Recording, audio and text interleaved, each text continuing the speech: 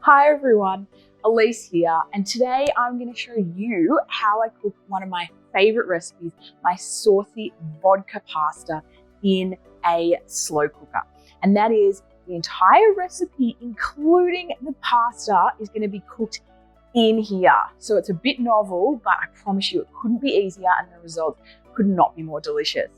Now this recipe is straight from my cookbook, Modern Slow Cooker here.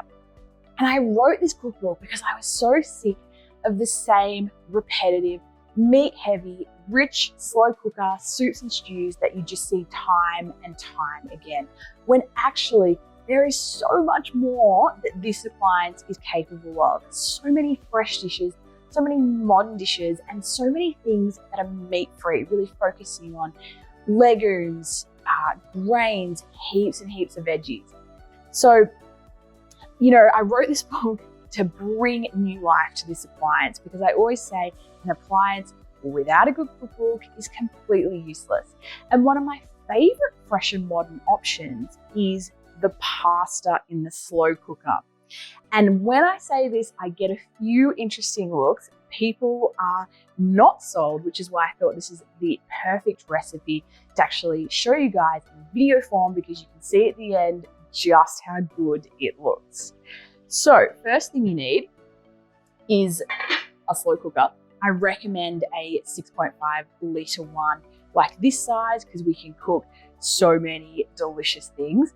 The first thing we're going to do is add onion. Now I have sauteed the onion on the stove. Yes, I cheated, not the whole thing's in the slow cooker, but I do find that onion fried on the stove in a bit of olive oil, so much more flavoursome. So it's the one ingredient I will always pre-cook before adding to my slow cooker. So this is olive oil, onion, and some garlic. So we add that in. The next thing we add is a kilo of diced tomatoes. Now these are fresh tomatoes, but you absolutely can use a kilo of tinned tomatoes also. This is going to make up the bulk of our pasta sauce. So in the slow cooker, doesn't matter what order we add these ingredients. We've then got 3 teaspoons of salt. Now, a tablespoon of chicken stock powder. This is actually vegan. It's no chicken stock powder. The recipe for this is in my book, Modern Slow Cooker, because I think this is just such a versatile flavouring that I add to a whole host of dishes. If you haven't made this, you can use You can use 2 chicken style stock cubes just available from the supermarket. So this is going to add heaps of flavour to our sauce and our pasta. And then we're going to add 2 cups of water. Now that seems like an odd thing to add to a pasta sauce, but given that the pasta is going to be cooked in the slow cooker too, what we're really doing is adding 2 cups of pasta cooking water. In we go.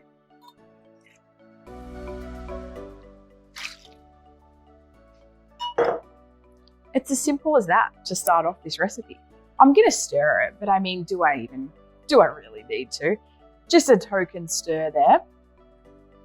That's it. We're then going to put the lid on. We're going to cook this for 4 hours on high or 8 hours on low. So if you're putting this on at lunchtime for dinner, go the high setting. If you're doing it before work, go 8 hours on low. And honestly, if you cook it for half an hour or even an hour more, it doesn't make any difference at this point. I'm back 4 hours later. I cooked this baby on high. Our tomatoes are cooked down, they're rich, they're delicious, but it actually looks a bit like a watery mess at this point, but that is a-okay. You just have to trust me.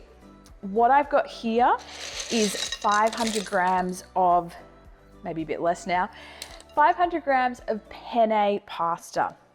And what we're gonna do is we're just gonna add that straight into our slow cooker. And now we're going to give it a really good stir.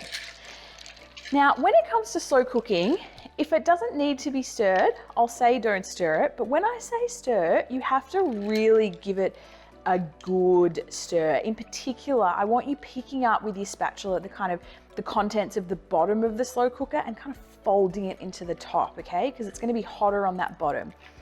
So we want to, redistribute everything that's in there.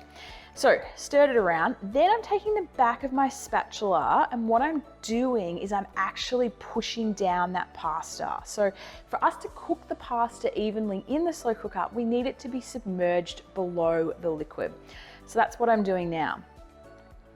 Was that simple? Lid back on. We're going to cook this for another 30 minutes on high.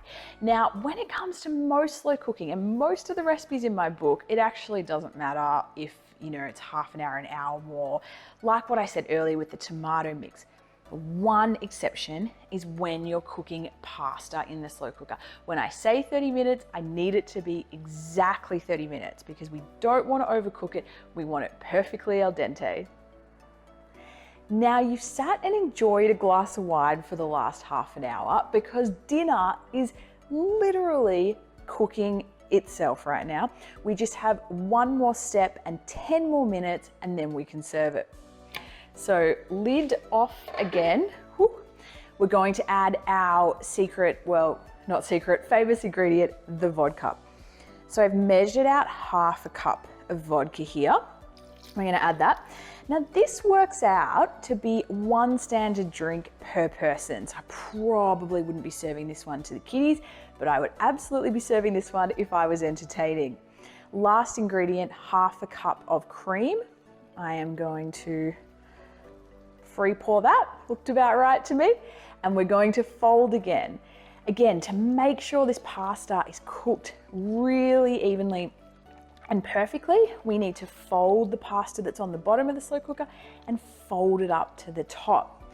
This is literally the most complex technique that we ever do in the slow cooker. So if you can nail the fold up, you can cook every single recipe in this book.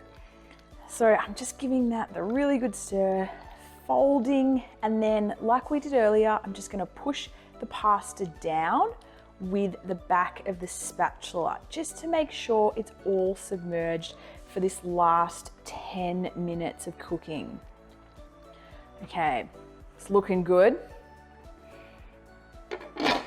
Ooh, lid on, another 10 minutes on high, and when I say 10 minutes, I mean 10 minutes. Time it perfectly. Dinner is ready. It was as simple as that.